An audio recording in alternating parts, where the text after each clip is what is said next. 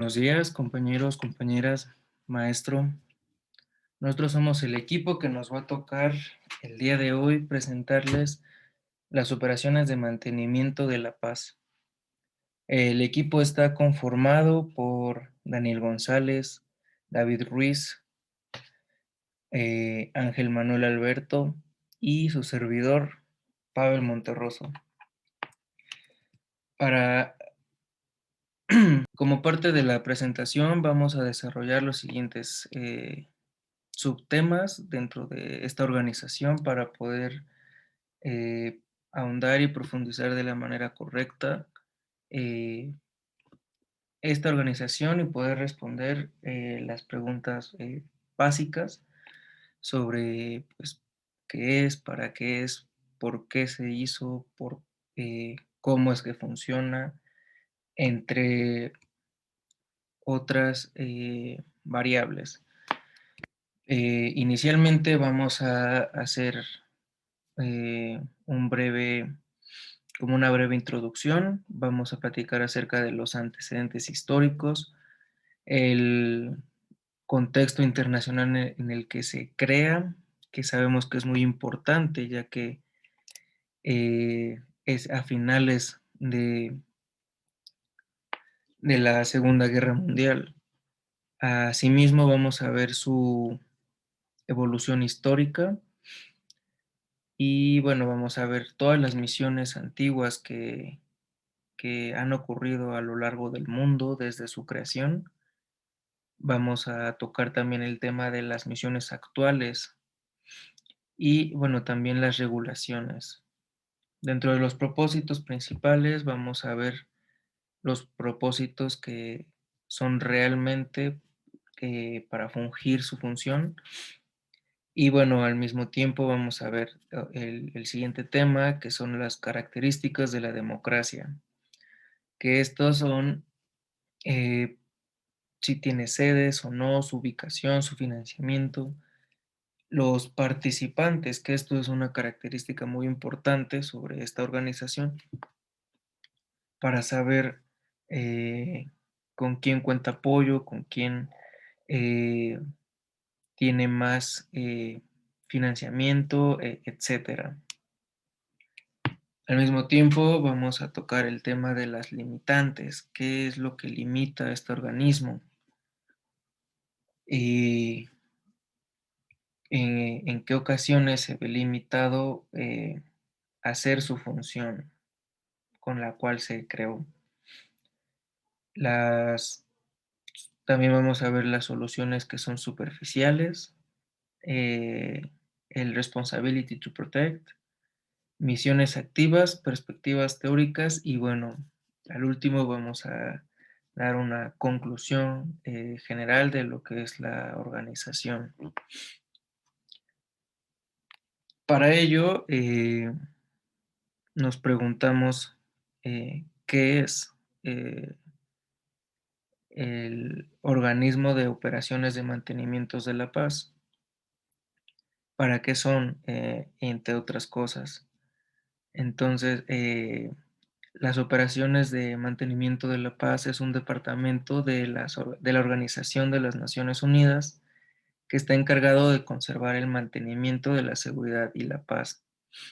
Asimismo, ayudan a crear las condiciones para una paz duradera en los países asolados por los conflictos.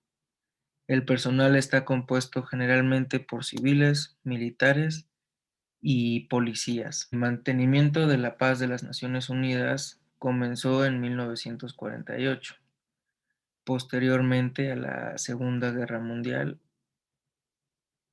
cuando el Consejo de Seguridad autorizó el despliegue de observadores militares de las Naciones Unidas en Oriente Medio. El Departamento de Mantenimiento de la Paz de las Naciones Unidas es el resultado de un esfuerzo conjunto entre dos dependencias. La primera, el Departamento de Operaciones de la Paz y el Departamento de Apoyo Operacional. Este concepto de la paz de las Naciones Unidas nació en un momento en el que Las rivalidades de la Guerra Fría paralizaban constantemente al Consejo de Seguridad. Para su creación se necesitaron, y bueno, en ese entonces eran tres principios que actualmente se siguen eh, rigiendo en estos principios, que consiste en el consentimiento de las partes. Que lo que quiere decir con esto es que las operaciones de mantenimiento de la paz de las Naciones Unidas se despliegan con el consentimiento de las partes principales que hay en el conflicto. Esto requiere que las partes asuman un compromiso para avanzar hacia un proceso político, es decir, que el consentimiento garantiza a las Naciones Unidas la libertad de acción política y física necesaria para llevar a cabo las tareas de su mandato. Al contrario que sin el consentimiento, la operación para el mantenimiento de la paz corre el riesgo de convertirse en parte en el conflicto y de verse arrastrada a aplicar medidas de imposición de la paz, apartándose de su función original. Como segundo punto está la imparcialidad. La imparcialidad es fundamental para mantener el consentimiento y la cooperación de las partes principales, pero cabe recalcar que no debe confundirse con la neutralidad ni la pasividad. El personal de paz de las Naciones Unidas debe ser imparcial en su trato con las partes en el conflicto, pero no neutral en la ejecución de su mandato. ¿Qué quiere decir? Que una operación de mantenimiento de la paz es similar a un buen árbitro, que éste se mantiene de manera imparcial, pero que sanciona las infracciones. La operación no debe tolerar las acciones de las partes que infrinjan los compromisos asumidos en el marco del proceso de paz ni las normas y los principios internacionales que sostienen la operación. Y el tercer principio en el cual está basado, que es el no uso de la fuerza, excepto en legítima defensa y en defensa del mandato. Lo que quiere decir es que no son un instrumento para imponer la paz. Sin embargo, pueden usar la fuerza a nivel táctico, con la autorización del Consejo de Seguridad y si se actúa en legítima defensa o en defensa del mandato. Como bien se menciona en el capítulo cuarto de la Carta de las Naciones Unidas, digo, el capítulo séptimo de la Carta de las Naciones Unidas. El mantenimiento de la paz robusto implica el uso de la fuerza a nivel táctico y con la autorización del Consejo de Seguridad y el consentimiento del país anfitrión o las partes principales del conflicto. Por el contrario, la imposición de la paz no requiere el consentimiento de las partes principales y puede implicar el uso de la fuerza militar a nivel estratégico o internacional, lo cual está normalmente prohibido para los Estados miembros en virtud del artículo 2, párrafo cuarto de la Carta, excepto con la autorización expresa del Consejo de Seguridad. Dicho lo anterior, una operación de mantenimiento de la paz de las Naciones Unidas solamente debe usar la fuerza como medida de última instancia. Se debe calibrar siempre de manera precisa, proporcionada y adecuada, aplicando el principio de la mínima fuerza necesaria para lograr el efecto deseado y manteniendo al mismo tiempo el consentimiento para la misión y su mandato. El uso de la fuerza por parte de una operación, el mantenimiento de la paz de las Naciones Unidas siempre tiene consecuencias políticas y a menudo pueden dar lugar a circunstancias imprevistas. Las decisiones relativas a su uso deben tomarse en el nivel apropiado dentro de una misión, según una combinación de factores que incluyen la capacidad de la misión, la percepción pública, el impacto humanitario, la protección de las fuerzas, la protección de la y la seguridad del personal y creo yo, lo más importante, el efecto que la acción tendrá sobre el consentimiento nacional y local de la misión. Previo a todo lo dicho, mencionado, vamos a centrarnos en su contexto histórico. Hace 75 años, tras concluir la Segunda Guerra Mundial, como ya se había mencionado anteriormente, el nuevo modelo de la seguridad internacional llevó a crear la Organización de las Naciones Unidas, y esta estaba dotada de competencias efectivas para el mantenimiento de la paz y la seguridad. Ah, con la proclamación de la Carta de las Naciones Unidas, con fecha del 26 de junio de 1945 en San Francisco, se consagró, entre otros muchos aspectos, la prohibición del uso de la fuerza en las relaciones internacionales, siempre que no fuera en legítima defensa, y asignaba el papel de salvaguarda de la paz del Consejo de Seguridad, que intervendría en nombre de los Estados miembros. En este contexto, surgen las operaciones de mantenimiento de la paz, las OMP, que durante su primera década, finales de los 40 y años 50, se componían de observadores desarmados o de militares armados de interposición. Con esta proclamación de la Carta de las Naciones Unidas, se consagró la prohibición del uso de la fuerza en las relaciones internacionales, siempre que no fuera en legítima defensa, y asignaba el papel de salvaguarda de la paz al Consejo de Seguridad. Con esto, la primera misión que desplegó este organismo fue para la vigilancia de la tregua, la UNTSO, que fue entre Israel y sus vecinos árabes en 1948. Esto fue junto con la Fuerza de Emergencia de las Naciones Unidas, FENU primero, que eran la respuesta a la crisis del Canal de Suez en 1956. Este concepto de mantenimiento de la paz de las Naciones Unidas nació en el momento en el que las rivalidades de la Guerra Fría, como ya había mencionado, paralizaban constantemente al Consejo de Seguridad. En un total de 57 misiones son las que se han llevado a cabo alrededor del mundo, que cabe mencionar que 24 de las misiones han sido solamente en el continente africano. Asimismo, en el continente americano ha habido 9, al igual que en el espacio de Asia-Pacífico. Europa con 8 misiones y Oriente Medio con 7 misiones. Al momento hay 14 operaciones de paz que son dirigidas por el Departamento de las Operaciones de Paz, que son justamente en Haití, Sahara Occidental, República Centroafricana, Mali, en la República Democrática del Congo, en Darfur, en Golán, Chipre, Líbano, Abyei, Kosovo, Sudán del Sur, India y Pakistán, y, por último, Oriente Medio.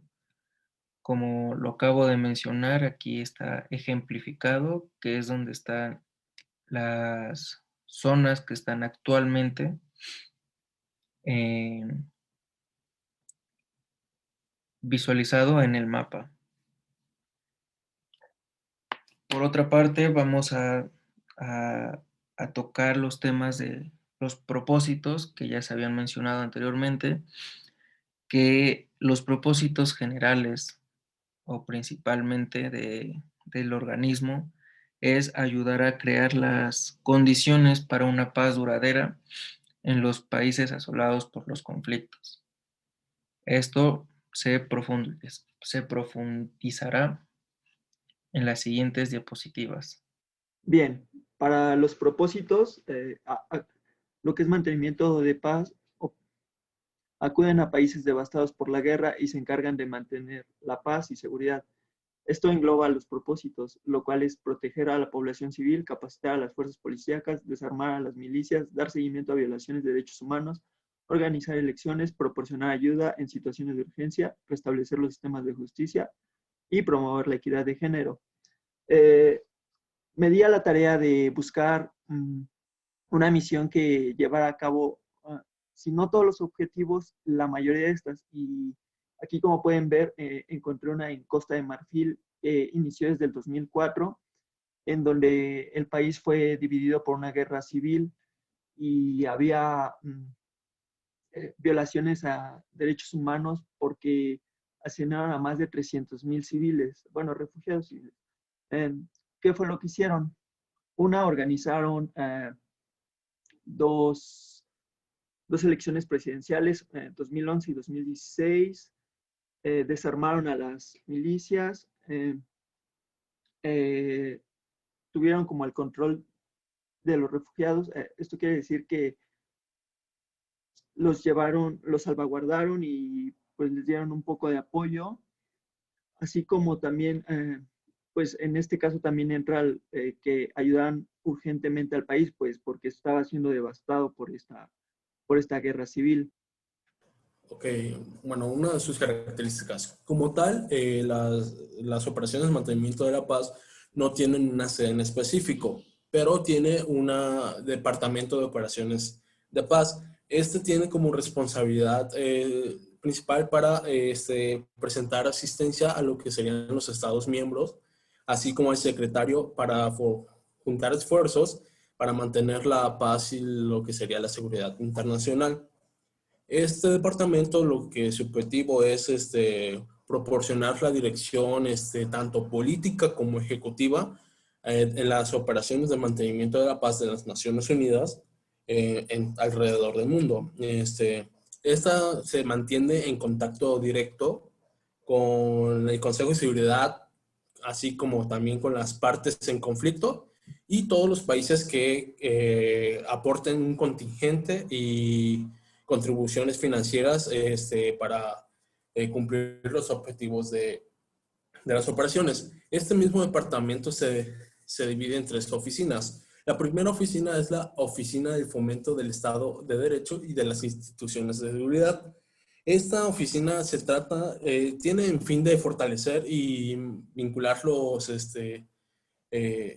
y coordinar las actividades del Departamento de Operaciones de Paz.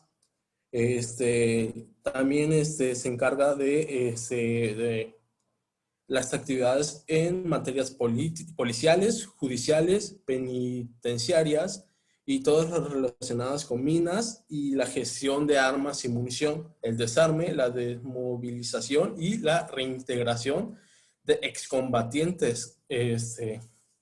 Aquí también ahora la Oficina de Asuntos Militares. Esta trabaja más que nada en la cuestión de la capacidad para desplegar las funciones militares más apropiadas con el apoyo a los objetivos de las Naciones Unidas, igual para mejorar el rendimiento, la eficacia y la eficiencia de los miembros militares en las misiones de mantenimiento de la paz. Y por último tenemos la División de Políticas, Evaluación y Capacitación. Esta tiene como mandato el desarrollo y la divulgación de la política y la doctrina rectoras de la labor de mantenimiento de la paz. Tiene la responsabilidad de evaluar, bajo la petición de los jefes de departamento, la aplicación de las propias políticas, las lecciones aprendidas y las mejoras prácticas a utilizar dicha información para dirigir el desarrollo y la coordinación de la importación de una formación estandarizada. Siguiente, por favor. Ok, el financiamiento. Si bien todo lo que sería las decisiones sobre el establecimiento, el mantenimiento y la aplicación de todas las operaciones de mantenimiento de la paz se rigen directamente del Consejo de Seguridad. La financiación de las operaciones de la paz de las Naciones Unidas es responsabilidad de todos los Estados miembros. ¿Qué quiere decir? Basados en el artículo 17 de la Asamblea General de la Carta de las Naciones Unidas, la Asamblea General examinará y aprobará todos los presupuestos de la organización. Esto incluye las operaciones de mantenimiento de la paz. También el propio artículo menciona que los miembros sufragarán los gastos de la organización en la proporción que determine la Asamblea y la Asamblea considera y aprobará los arreglos financieros y presupuestarios que se celebran en los organismos especializados. Como bien, las operaciones de mantenimiento de la paz se rigen del Consejo de Seguridad. También de esta misma forma, las aportaciones financieras, los miembros permanentes, los 5 miembros permanentes de las misiones de mantenimiento del Consejo de Seguridad aportan más recaudación monetaria a las misiones de mantenimiento de la paz. Así como podremos ver en la siguiente diapositiva, aquí están las listas de los 10 países proveedores de financiación de las misiones de mantenimiento de la paz. Como podemos ver, Estados Unidos es el primer país que tiene una mayor aportación con el 27,89%. De ahí le sigue China con el 15,21%, Japón 8,56%, Alemania, Reino Unido, así sucesivamente. Pero podemos ver que entre los 10 países con principales proveedores, aquí están los 5 países miembros permanentes del Consejo de Seguridad. Los efectivos por país. Como podemos ver, aquí les muestro una tabla en la que los efectivos, pues tiene más lo que es Bangladesh y Etiopía. Nos muestra lo que es la policía, expertos militares, Star Offices y tropas. Si se preguntan cuántos cuántos tiene México, tiene en total 13. Dos Star Offices y 11 expertos en misión. Ahora, como pueden ver, se preguntarán, ¿y qué diferencia hay entre policías, expertos de misión, tropas y Star Offices? Staff, lo que se encarga es del trámite administrativo.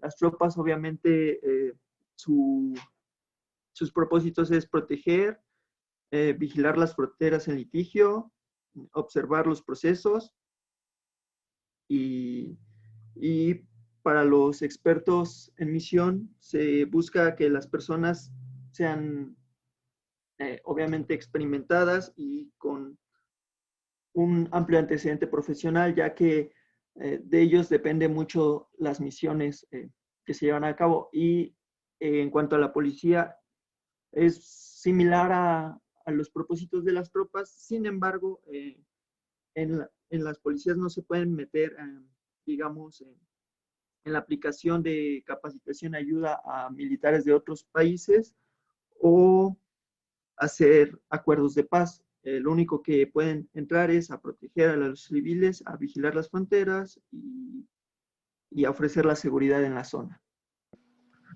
Bueno, ahora vamos a hablar de algunas de las limitaciones que ha tenido las operaciones de mantenimiento de la paz.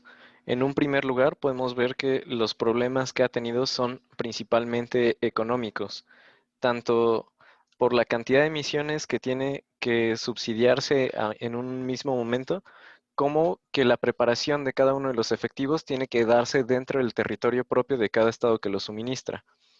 Es decir, en este sentido, y un poco relacionado con los problemas de preparación que les ponemos en la parte de abajo, es que los soldados tienen que ser entrenados en su país de origen y también se les tiene que dar su propio equipo.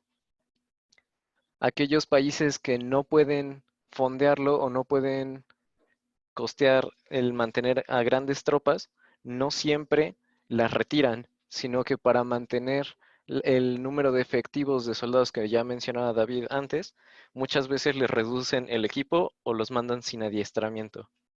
En un segundo lugar, hay grandes problemas logísticos, específicamente en las cadenas de mando, porque tanto los países que mandan y despliegan estas tropas como un mando único de la operación de mantenimiento de la paz, ambos requieren que sus oficiales en tierra estén mandando reportes. Entonces pueden llegar indicaciones contradictorias o se pueden tardar la información. En un tercer punto, hay un problema operacional bastante relacionado con el anterior, que son las comunicaciones. El problema de las comunicaciones es que muchas veces las tropas actúan de manera independiente como si fueran organismos sin ninguna relación, o hay poca comunicación entre las mismas o entre las cadenas de mando. Y finalmente, el que ha sido un problema más grande y ha sido tratado de resolver a través de varios memorándums y varios informes, ha sido los problemas de involucramiento. Aquí específicamente hay dos problemas que vamos a explicar un poco más tarde, pero que son, en primer lugar, el de involucrarse demasiado, como en Somalia, o el de no hacer nada, como en Bosnia. El problema más grande y que menciona la lectura que tuvimos que hacer para la clase de hoy es también que la ONU aplica soluciones superficiales. Es decir, no se busca erradicar los orígenes de la violencia sistémica, sino se trata de subsanar el tejido social mediante la paz desde arriba. Empoderar al gobierno, establecer un trabajo un trabajo que permita mantener elecciones, y esto muchas veces no logra llegar a las raíces del problema. En un segundo lugar, encontramos el rechazo de la población. De la misma manera, al trabajar con las élites y tratar de imponer la paz desde arriba, no se llegan a subsanar el tejido social. Esto, si lo juntamos con que hay un poco interés en adiestrar a elementos locales o incorporarlos a las misiones, hay una baja participación local y los elementos extranjeros no muchas veces son capaces de hacerse reconocer y respetar por las mismas tropas. Y en tercer lugar, hay soluciones preconstruidas. Se trata de repetir como si fuera una receta las soluciones que han funcionado en otras operaciones de la paz en ambientes que son completamente distintos, tanto física como política como socialmente, pero también no se les da una capacidad a los elementos en tierra de adecuar los planes que van teniendo a las necesidades del país. Como ya mencionábamos antes, uno de los grandes problemas es la imparcialidad. En 1993, durante la intervención en Somalia, murieron más de 81 soldados americanos y perdieron un helicóptero. Después de esto, las tropas de las Naciones Unidas, los cascos azules, tuvieron que convertirse en una especie de un nuevo actor bélico en el conflicto, tanto para defenderse ellos como para evitar algunos problemas. Esto se definió en lo que se llamó el cruzar la línea Mogadiscio. Mogadiscio es una ciudad en Somalia, y esto significa que se han involucrado demasiado, incluso llegando a no respetar la soberanía del Estado en el que se está realizando la intervención. Por el lado contrario, está el problema de la inacción. Tanto en Ruanda como en la ex Yugoslavia, hubieron dos casos en los que las tropas de la ONU decidieron no actuar y defender a los civiles. Especialmente en el caso de Bosnia, se cuenta que los oficiales de la ONU tuvieron que ver cómo masacraban a más de 500 niños y mujeres por el hecho de no poder intervenir. Después de estos dos grandes fracasos de la ONU, se decidió reformar. Y una de estas reformas, y que fue bastante importante, fue en la figura del informe Brahimi. Este informe tiene su nombre por el secretario general de la ONU de ese momento, y es un informe del año 2000. En este se detectaron varias de las deficiencias que tenían las fuerzas de Naciones Unidas y se llegaron a resolver o a proponer a la Asamblea General que se hiciera una reforma. Uno de los primeros es que se especifica cuál es la capacidad de acción de los cascos azules, específicamente cuando están siendo testigos de violencia contra civiles. También se empezó a pensar en el involucramiento de las fuerzas nacionales y la inclusión de estas fuerzas internacionales en un solo grupo con mejores comunicaciones y mejores líneas de mando. Y en un tercer lugar, también se pensó en estos casos de adiestramiento y de equipamiento en el que es necesario que las tropas puedan entrar equipadas no solo por su propia protección, sino también para ser capaces de responder a las situaciones que vean en el lugar. Una segunda reforma vino en 2005 cuando fue adoptada unánimemente en la forma del Responsibility to Protect.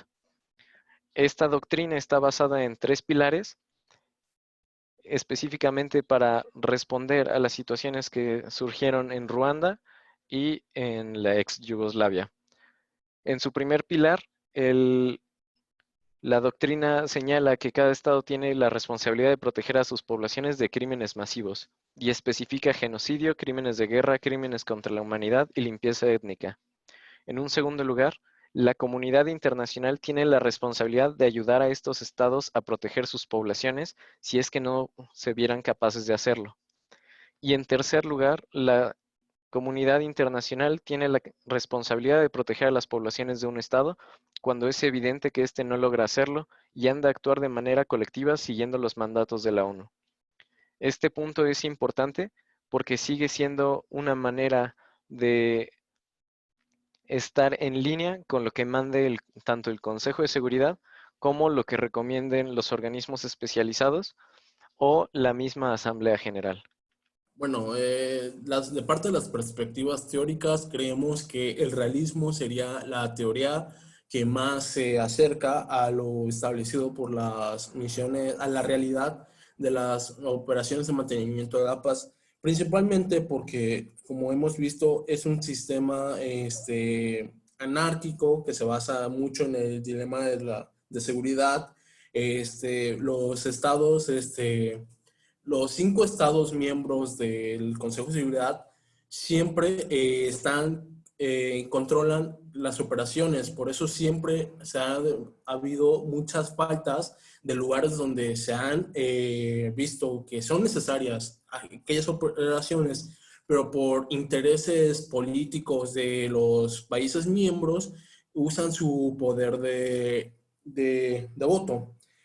También demostramos que no es una 100% autónoma, no, bueno, no es para nada autónoma. Como vimos anteriormente a la presentación, tiene muchos problemas monetarios, no se hace abasto para la cantidad de lugares donde necesita estar y de los donde está, les es complicado mantenerse.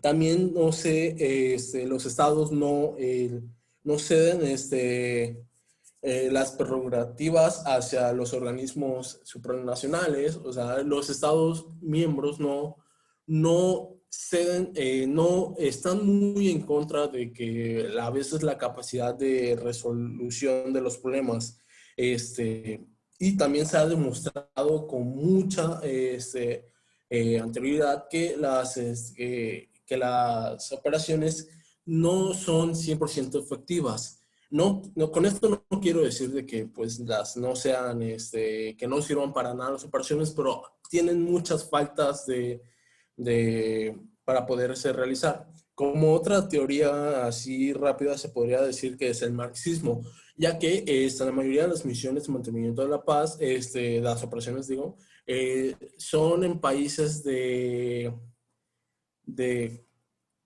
en vías de desarrollo donde la seguridad, todo esto es una diferente acción, o sea, son igual diferentes enfoques. Entonces, por ello, que los países no han dejado, los países cabecillas del Consejo de Seguridad, si quieren mantener su control sobre los demás países. Bueno, en conclusión, A pesar de que escogimos la teoría del realismo como la teoría que mejor explica esto, como ya mencionaba mi compañero, la teoría del marxismo y específicamente de cómo este tipo de operaciones pueden ser una manera de intervención dentro de países del sur global por parte de países del norte global como una manera de imperialismo o de responder a los intereses de sus propias élites, también podemos pensar que este tipo de acciones son una violación a la soberanía, que es parte de los fundamentos básicos o de lo que debería ser los fundamentos básicos de una nación. Gracias a las reformas y al Responsibility to Protect, se dio un criterio un poco más específico de que para intervenir deben de ser a fuerzas casos dramáticos de genocidio, crímenes de guerra, crímenes contra la humanidad, etcétera, y así se restringe un poco la capacidad de acción que pueden tener estos estados por sus propios intereses. Otra conclusión es que su dependencia del Consejo de Seguridad es un arma de doble filo, porque, digamos, si en este caso, digamos que es autónomo, como ya lo presentó Daniel, en el caso de Somalia, pueden llegar a cruzar la línea de que tienen los estados de su libertad, pero también es un problema que dependan mucho del poder de veto que tienen los países en el Consejo de Seguridad. ¿Por qué? Pues porque como ya sabemos, cada uno va a vetar conforme a su preferencia y como ellos se sientan mejor. Digamos, si en un caso afecta a Estados Unidos por algún delicado problema, ellos van a vetar y no se va a realizar la misión. No, como igual como parte de la conclusión, con esto no queremos decir que las operaciones de mantenimiento de la paz hayan sido inefectivas, porque ha habido muchos casos donde sí las misiones han logrado ser operativas y resueltas, han llegado hasta su conclusión, pero pues, mientras siga teniendo una dependencia directa del Consejo de Seguridad, va a costar mucho la realización del despliegue de estas operaciones en zonas de alto, eh, de que muy necesitadas. Y pues se tendrían que hacer diversas reformas, pero pues hasta cierto punto sería muy difícil de que el propio Consejo de Seguridad apoyaran esto. Realmente, como equipo también nos dimos cuenta que hay puntos elementales en los que se puede llevar a cabo una reforma, que es en el caso de los problemas logísticos de comunicaciones y de equipamiento. A esto nos referimos con que para la aplicación de las soluciones que planee o que designe las Naciones Unidas, también se le debe dar un rango de acción para que los mismos elementos que ya han sido entrenados puedan tomar decisiones en el momento y que probablemente pudieran salvar miles de vidas. De igual manera, otro de los aspectos importantes que pudiera ayudar a este tipo de reformas es el entrenamiento en las capacidades de negociación y la inclusión de una mayor proporción de personal local, tanto por el conocimiento del terreno como de la cultura y del ambiente político, como para involucrar y atender las razones sistémicas del problema. Aquí les ponemos nuestras referencias. Muchas gracias por su atención.